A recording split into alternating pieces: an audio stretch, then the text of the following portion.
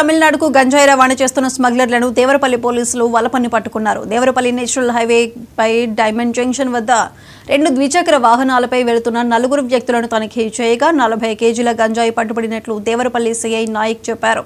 ఈ గంజాయి విలువ సుమారు 20 లక్షల వరకు ఉంటుంది. 4 వ్యక్తులను అరెస్ట్ చేసి 2 ద్విచక్ర వాహనాలను సీజ్ చేశాం. కేసు నమోదు చేసి నిందితులను కోర్టుకు తరలిస్తున్నామని సీఐ తెలిపారు. తెల్లవారుజాము 4 గంటలకు ఒక ఇన్ఫర్మేషన్ వచ్చింది.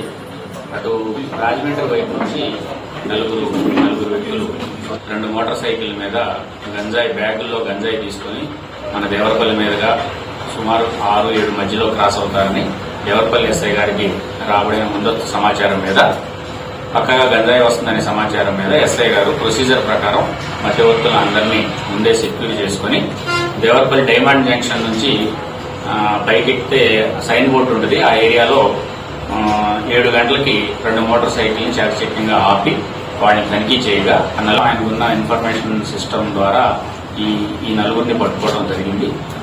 మీ అందరికి తెలుసు, ఈ NH-16 ఎక్కువ వాహనాలు వెళ్ళటం, ఏదైనా బార్డర్లో నుంచి ఈ